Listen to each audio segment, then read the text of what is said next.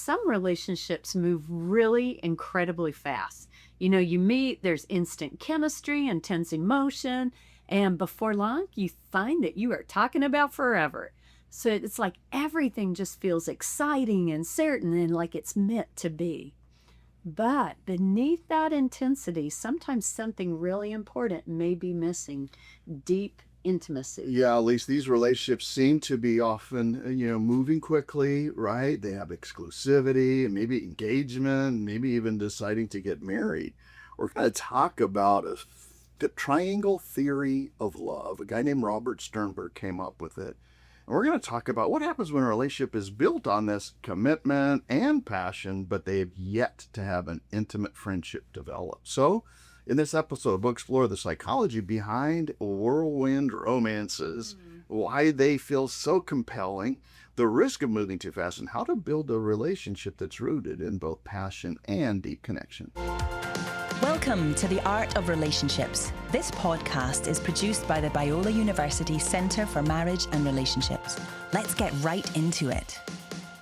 Well, welcome to this podcast again, Lisa, on whirlwind, passion, romance. It's a great topic. It really is, because we've been talking in this whole series about kinds of love based upon, as we mentioned before, a triangular theory of love. And it's this idea that there are only complete, true, epic love, all right, when you have the whole triangle, filled out. That is, you have emotional intimacy at the top, you have passion on the left-hand side of the triangle, and you have commitment on the right-hand side. And so we've covered a couple of those types of love in which one or two are missing. And this one's going to be interesting, because we're going to talk about, let's look at, again, in a triangle, imagine the bottom right corner and the bottom left corner. The bottom right is commitment, and the bottom left is this idea of passion. And by the way, when you put all three together, this is interesting. You put emotional intimacy at the very top. You put passion on the bottom left, and you put commitment on the bottom right. That's the triangular theory. You put those letters together, and you got EPIC right in the middle. An epic love, right? That's what we call it here at the center. Epic love. So, the EI, emotional intimacy, is about this idea of friendship, liking, developing a deep companionship, okay? Now, on the bottom left, Lisa, you have, again, just to remind everybody, the P for passion. And on the right, you have the C for commitment. What happens, though, is every once in a while, I'll get a student, and it's oftentimes a male, and he is convinced that God has spoke to him and is calling him to marry a particular girl that he knows or has met. They don't have a friendship yet. She has no idea this is going on. They're not even dating. But he is convinced this is going to be the one for him, and he's just going to wait for the right time. And there's obviously a lot of passion, and she somehow pulled that out, whether she has it or not. But suppose that this guy meets somebody who is now like, I'm just waiting for God to speak to me. And the guy comes up and says, I think God has spoken to me and we're supposed to get married. Yeah. And all of a sudden she's like, wow, okay. Yeah. So what you just described is what we call a whirlwind romance, which is kind of interesting, because when we go back to the beginning of our story, we had a little bit of a whirlwind romance. Yeah. And one of the ways you could define a whirlwind romance is that it gets very serious very quickly before you've really had time to establish some deep emotional intimacy. Yeah, and so here's the triangle without the tip, the top, right? The emotional intimacy.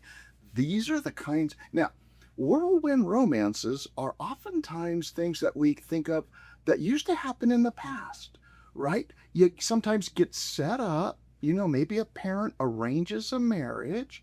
You kind of go like, well, you still get a choice, and you see somebody like, I really like them, and my parents want me to marry them, but you don't know who they are. You've never spent any time with them. I think my parents met and were engaged in 6 weeks.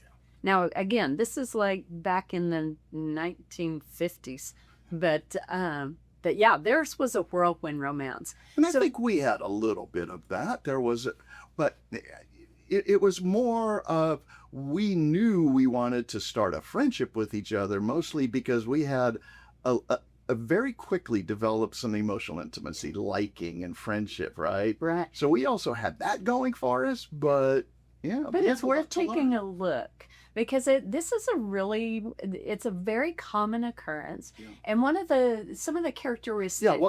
If somebody came in and you were to say, okay, here's what you should look for. What's that characteristic? Well, I think you would know it by there's like intense chemistry right away. You get really close emotionally very quickly. You start using phrases like I love you or talking about a future together after only a very short time together. And so it's just characterized by very high emotional intensity. Yeah. And again, God may very well be leading, you and spoken to you and told you. I will say this is where ours has some parallels. I felt after the first or second time that we were together, I just felt God was that you were going to be the one. Now, I didn't know if it was the type, your type or who you were. You loved, you matched all the boxes. Okay. But next, what happened, I think, is where we probably took a good turn, which was, okay, I never shared that with you. You never knew that. Yeah. I didn't come up and tell you, hey, God has told me at least I'm supposed to marry you. I saw her at a wedding. 10 minutes later into it, I'm like, oh, man, God. And so I began a very intensive prayer session, very intensive conversations with friends, met you another time, then I met you again. And knew the right path was, we're going to have to see if we're friends and like each other, or if I can like her. And that started, 6 months of developing a friendship. Yeah, it really did. And I think one of the keys is that we didn't have a lot of physical intimacy. Yeah, there wasn't a lot which really helped the friendship to develop, which was key for us. Yeah, we didn't have that, mostly because Alisa lived, about almost 1,000 miles away from me. I was in northern Colorado. Yeah. You were in the panhandle of Texas. It was really hard to have a physical relationship at that distance, I'll be honest with you. Yeah. Yeah, and Zoom didn't exist. Nothing existed. No. The phone calls, yeah. Yeah, we spent a lot of time letter writing. So you were talking about Sternberg's, is it Sternberg? Uh-huh. The triangle of that emotions, the theory of love. The theory of love. So you have the intimacy, the passion, and the commitment. Yeah. And the thing about whirlwind romances is that relationship will often feel deep, but it really has not had the time to develop depth. Yeah, that's right. This is where feelings, things like oxytocin, things like dopamine, this is where that intense high fools the brain, right? Yeah. I mean, it's an illusion of intimacy. It is. Right. Being flooded with those hormones creates the illusion that, oh my goodness, this is it. And that's how bonding happens. I mean, those hormones are powerful in bonding. But when they happen with let's say, a relative stranger, to be honest, brain changes go in and begin this bonding process without really recognizing, man, they have no idea if they're compatible in any major area of life. Yeah. Right. So I think that's right. That's what happens. Yeah. I think what we see is with these kind of high intensity whirlwind romances that the passion is high, the commitment comes very quickly, and the intimacy is underdeveloped because it just has not had the time for the relationship, for the two to build a really firm, strong foundation, because that comes with the gift of time. It sure does. So dopamine rushes, right? This bonding hormone oxytocin is just part of the natural sequence. And those feelings, what we would say, that's an intensity. That's very strong. But intensity does not equal intimacy. I know they're probably related somehow, but yeah, boom, they're probably related somehow. Intensity and intimacy in language, if someone wants to tell us. But here's the thing. They're not the same. That feeling of intimacy or of intensity is ultimately going to need to be replaced by what's this deep, important emotional intimacy, this companionate, this strong feeling of like for another person. And okay, I don't know if any of the listeners have had a, fairly, maybe a passionate, college romance or high school sweetheart, and it's just, full of passion, and they're thinking about commitment. But really, once that settles down and a few years later, they're going, you know what? I'm not even sure I know who this person really is. I've been almost blinded by this passion. So what are some like concrete, tangible signs of a whirlwind romance? Well, one would be the easiest would be if I could just simply do a real quick blood test, man, or if I could take some spinal fluid, right? I'm gonna find, not only adrenaline and oxytocin and dopamine. You're right. I'm gonna see this. So instead, we're left with, well, describe your, your emotional state right now, and if it's euphoria, then you're like, well, okay, I meant you have to have euphoria in a relationship, but Yeah, like another sign. Well, I think what leads to that feeling that we are deeply connected is in that whirlwind romance, we're sharing stories about our life, sharing stories, a lot of stories about our background, our life, our experiences. We're constantly in communication, texting, talking on the phone, spending a lot of time together. We just feel seen and heard and understood, like, oh my gosh, this person is my soulmate. Like, he is perfect for me. She's perfect for me. right. And so what you unfortunately are seeing, Lisa, in that case, I think, is really, unfortunately, its intensity, and it's intentionally over something called potential. Right? And I mean, it's like, oh my gosh, this is my soulmate, blah, blah, blah. We do this all the time. And this is what our relationship is going to be like. Well, you have no background pattern by which to judge No the history. you have no history to judge the pattern of the other person. You don't know, maybe this could easily have been their experience 6 months ago with somebody else. I just ran into someone who asked, hey, how did the marriage conference here go at, the couples conference? I said, it went great. And we both remembered me telling a story of a person who came to our relationship couples conference 3 years in a row with 3 different people. Now, look, man. And then he shows up at our house at a student dinner and was spending a lot of time on the end of the table near our daughter. Yeah. Or like, no. I don't think so. Yep, we may be Casanova, move on. Yeah, we won't tell you which daughter, but let's just say that person is very, in a sense, dangerous to his future spouse, if there is one. Hopefully there is, but It'd be multiple. maybe multiple, unfortunately. But imagine the unawareness by which she is caught, not recognizing or seeing the pattern that this guy has and believing in his potential. But if she just saw the pattern, she'd run. Yeah. So what you're saying is somebody falls in love very quickly, but they fall in love with their potential. But what we always say is you date for patterns, not for potential, because you have no guarantee that they're ever going to live up to that potential. No, they won't live up to it because it's idealized. And Right? it's just Projection. this is who I want you to be. It's an idealized projection of that person. If you're in this, you're feeling strong euphoria. Let's just summarize real quickly. You're feeling these things about a person that you really honestly believe is a soulmate, and you're just bonded.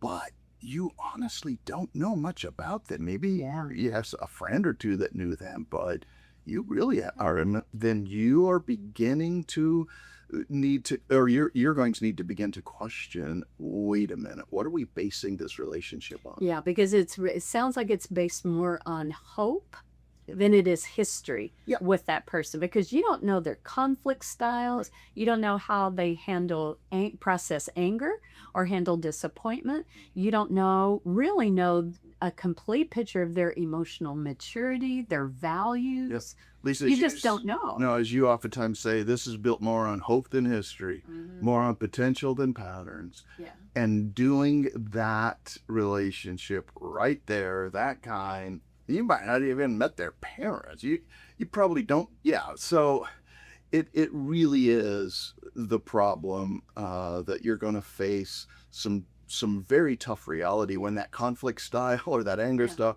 or those other things begin to be revealed. Yeah. So, Chris, what would you say are signs that we could give our listeners, our viewers? What are some signs that you're in a whirlwind romance? Well, just to summarize, right? It escalates way too quickly. It goes from 0 to 100, where you have now found your soulmate and you feel this strong passion toward them. And so much so that you're both convinced that, let's say, God wants you to be married. That is the very definition or characteristic that this is probably a whirlwind romance. Yeah. One thing that we always caution people in terms of putting emotional boundaries in place involves this. Yeah. And it's about being very careful to not talk too early about a future together. Because where your conversation goes, that's where your heart's going to go. And you don't want your heart to move more quickly than it should until you are able to gather so much good information that you're able to make a wise decision. And that just comes with time and building history together. And right? And on the extreme level, if you want to know about the timing, we're talking, this can happen after a couple of weeks. Now, early months. If these things are happening after a year and a half, all right, that's fine. That's the other end, right? A year, let's say. You've gone through 4 seasons. But when this is happening after a couple of weeks or a first month, when you starts to, you're dropping the I love yous immediately, right? I can see that God is calling us together. Yep. We have a future together. And I think another sign that you might be in a whirlwind romance is that you feel emotionally swept up. You feel deeply connected to this person before you actually really know them. You're in constant communication. There's really strong emotional highs. You feel like you're inseparable, and we're just spending all our time together.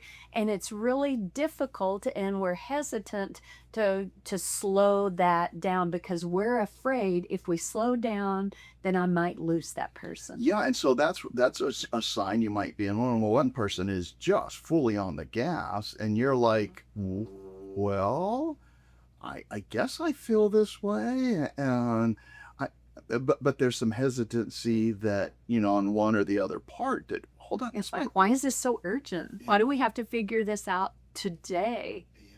Can't we just have time together?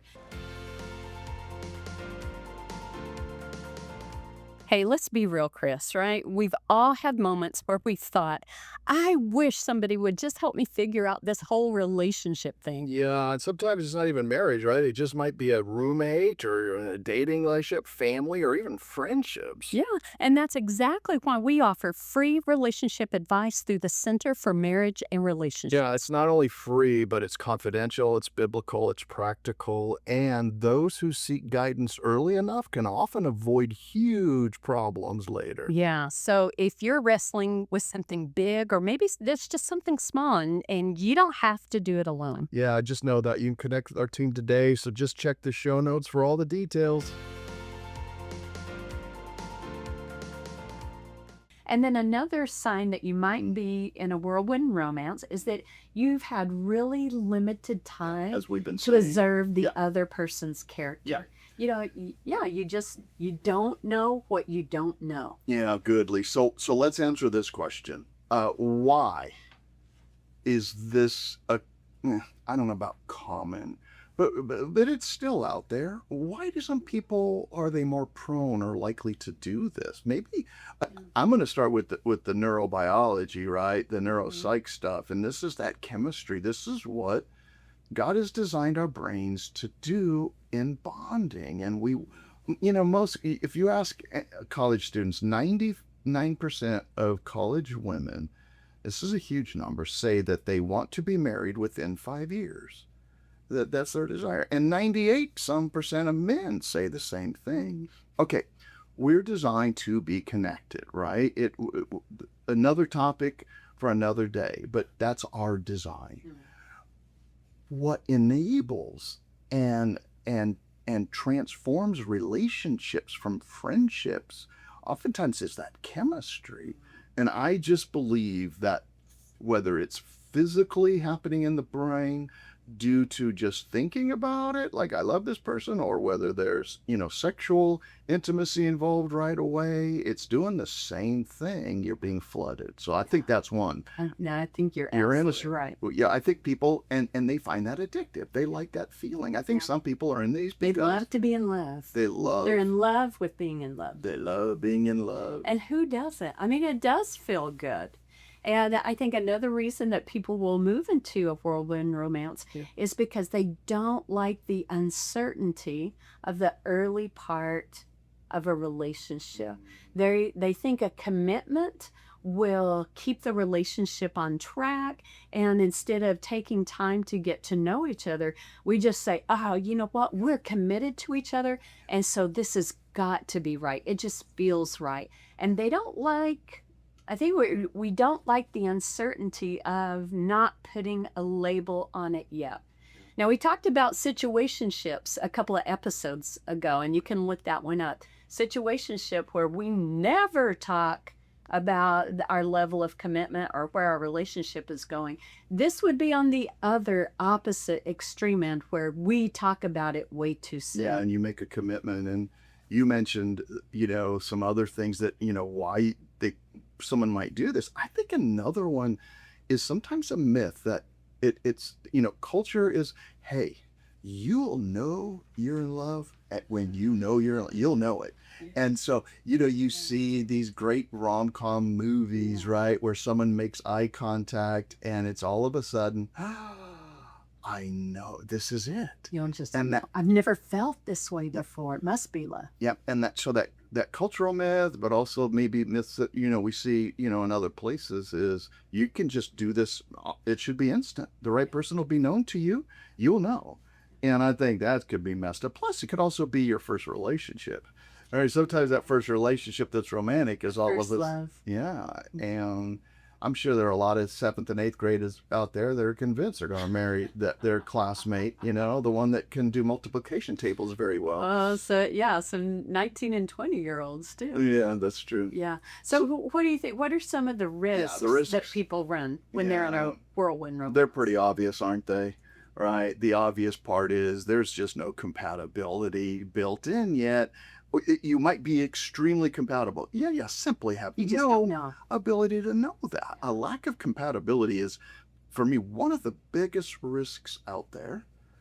And then another one, at least maybe, is your brain chemistry will drop eventually to a normal level. We all adjust. We cannot experience emotions at a high for the rest of our lives. Our brains burn out. In fact, we call this emotional process, or there's a great word for it, proponent theory, which simply means it's the opposite of whatever emotion we're feeling has to kind of dive into our emotions in order to bring the highs back to more normal. There's got to be a level status, a balance. And that's Homeostasis, right? That's exactly right. And so I think one of the biggest risks is not being prepared for when now all of a sudden I made a commitment, I got engaged, we're about to get married, and I don't know if I'm making a decision. I now no longer feel. Yeah. Didn't you have a college roommate that got married like 4 months after he met? Oh, his was my college. Well, I'll just say he was somebody I knew very well. And at one point, he clearly fell into this. He told me one day he had the highest standards, and would date. In terms of what she looked like. Yeah, it was mostly what she looked like. But eventually he found the one. And I remember this phone call. Hey, Chris, I'm getting married in 3 weeks. I'd like you to come make sure you're at the wedding. I'm like, wait, I didn't know you were dating. He goes, no, I met this amazing girl at the beginning of summer. I go, wait. What? Who? And he told me the name. I happen to know the person, and I went, it's now 4 months. You guys got engaged? He goes, yeah.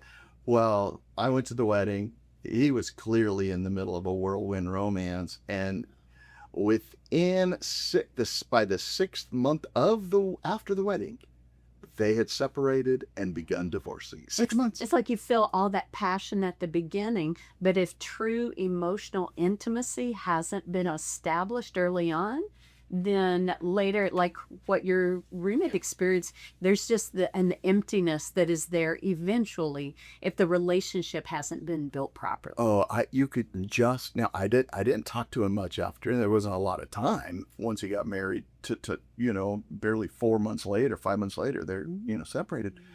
But you know what happened, right? And I think that's maybe the risk is that disappointment. Oh, that honeymoon phase. Is gone. Yeah. Right? I mean, all of a sudden, he probably woke up one day and went, wow, you stink, or you talk in your sleep, or I didn't realize morning breath. what you look like without makeup, or whatever. I don't know. Yeah. Who knows, right? Exactly. And I think that's Right, some of the yeah. biggest risks. Yeah. I didn't know you had an anger issue.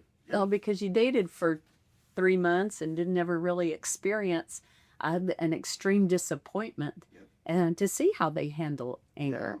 And so, so that disappointment will eventually hit. Yeah, so let's summarize it this way. Intensity doesn't equal intimacy, and intensity doesn't equal stability I either. like that. Yeah. Boom. Yeah, That was good. Yeah.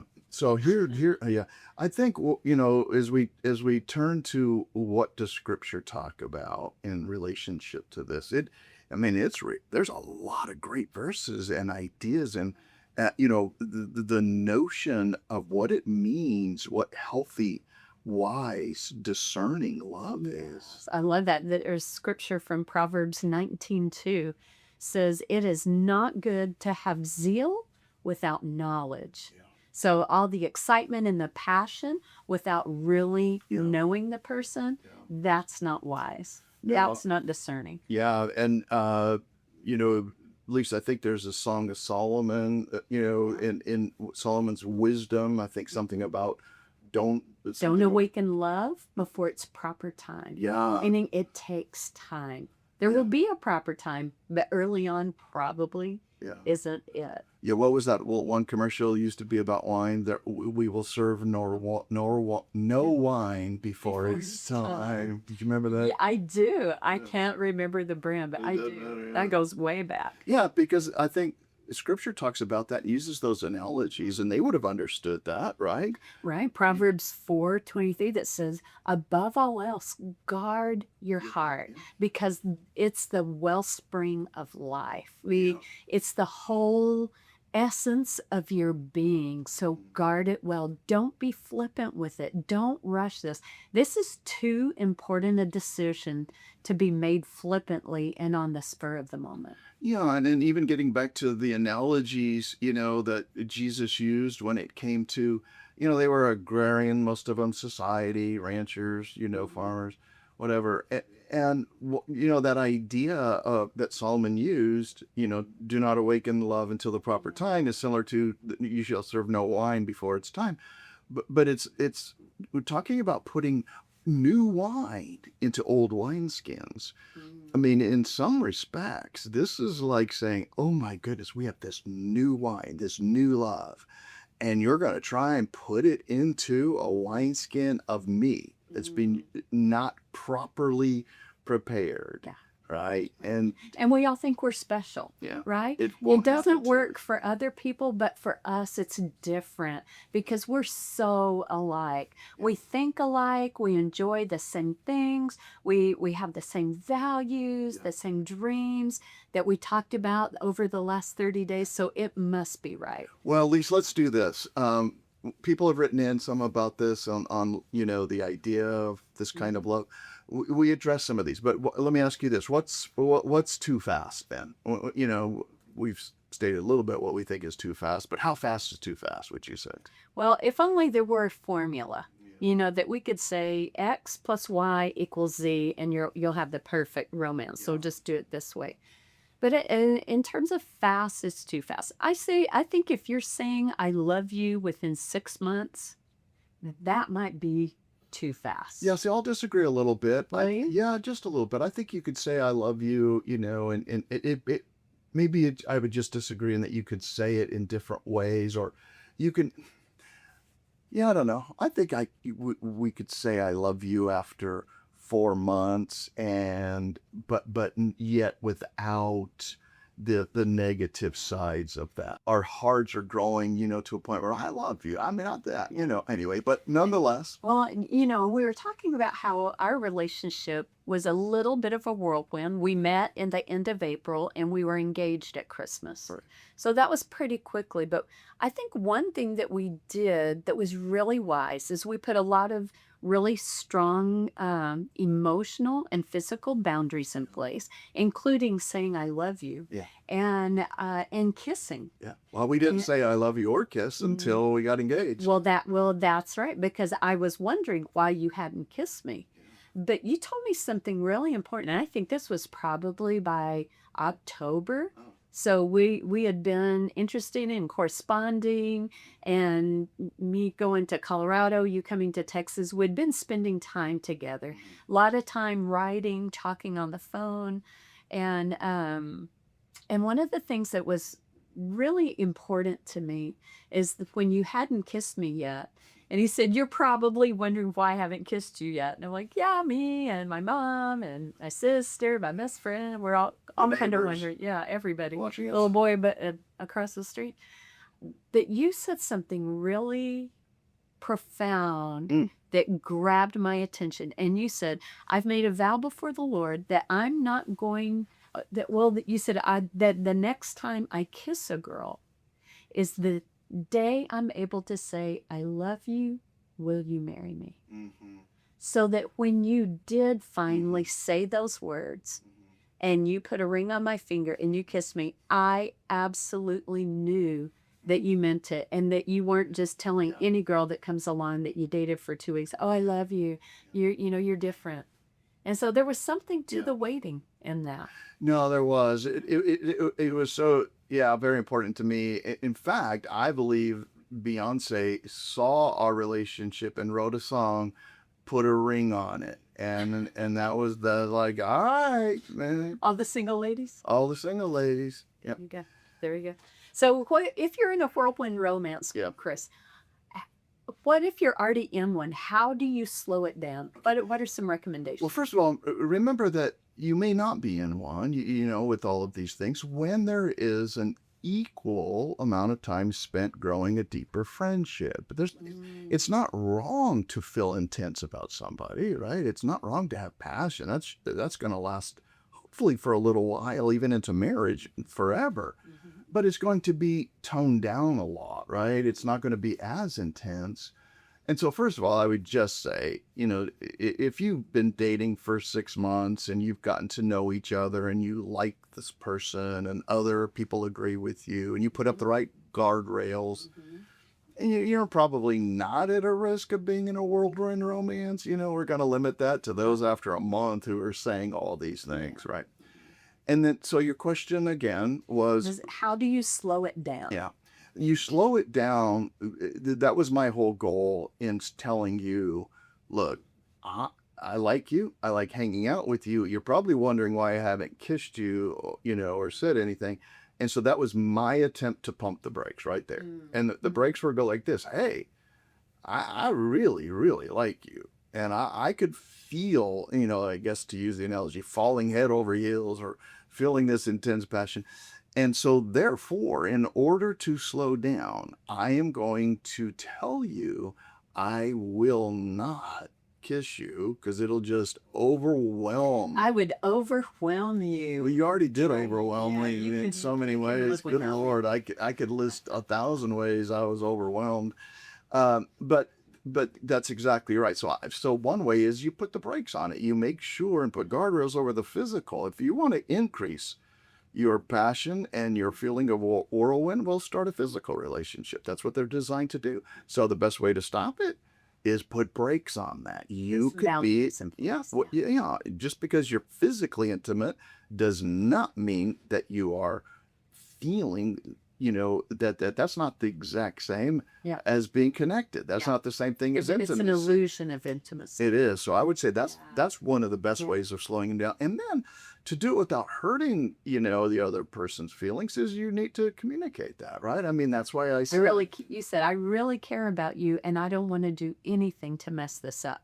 So maybe we need to pump the brakes a little bit. I'm not saying we're breaking up at all. I really like you. Let's just slow it down. Maybe you need to spend less time together because it's really intense. Whirlwind romance is, it's characterized by being exclusive very quickly and spending all your time together, communicating all the time. So maybe you need to put some boundaries in place with the amount of time you're spending together, how much you're talking and texting throughout the day, and just in prayer too. invite God into that process Absolutely. and slow down, right, with passion and discernment. So, Lisa, whirlwinds, man, they're exciting. They are, They're- we totally get it. It can be so fun, that feeling of being in love. But love is not built, epic love is not just built on a P and a C. It needs emotional intimacy, right? Yeah. If you want epic love, you're going to have not just passion, not just commitment, but you're going to have an emotional intimacy and a friendship. So You're going to have shared values. You're going to have emotional safety, not just emotional excitement. and that's built through time. So here's our encouragement. It's built through time. It's built through not just, this idea of hope, right? It is built upon really getting to know the other person at a deeper level. Patience, Patience, intentionality, Yep. right? It's grounded and a lot of wisdom. And when they grow together, man, love is also, it's intense, but it's also lasting, right? Yeah. And that's what we all want. That's what we all want. All right. Well, Lisa, before I talk about this idea of whirlwind romances, it's not. Does this wrap up our series? It wraps up our series on love. So if you want, we'll put some links in there. If you want some more information about what is epic love, right? This consummate love that we talk about, we'll put some links in there. Yeah, so we'd love to invite you to give us a 5-star rating. Share this episode with your friends or someone that you know needs to hear about this. 5-star rating, hit that Venmo button and just open that app and Send the money.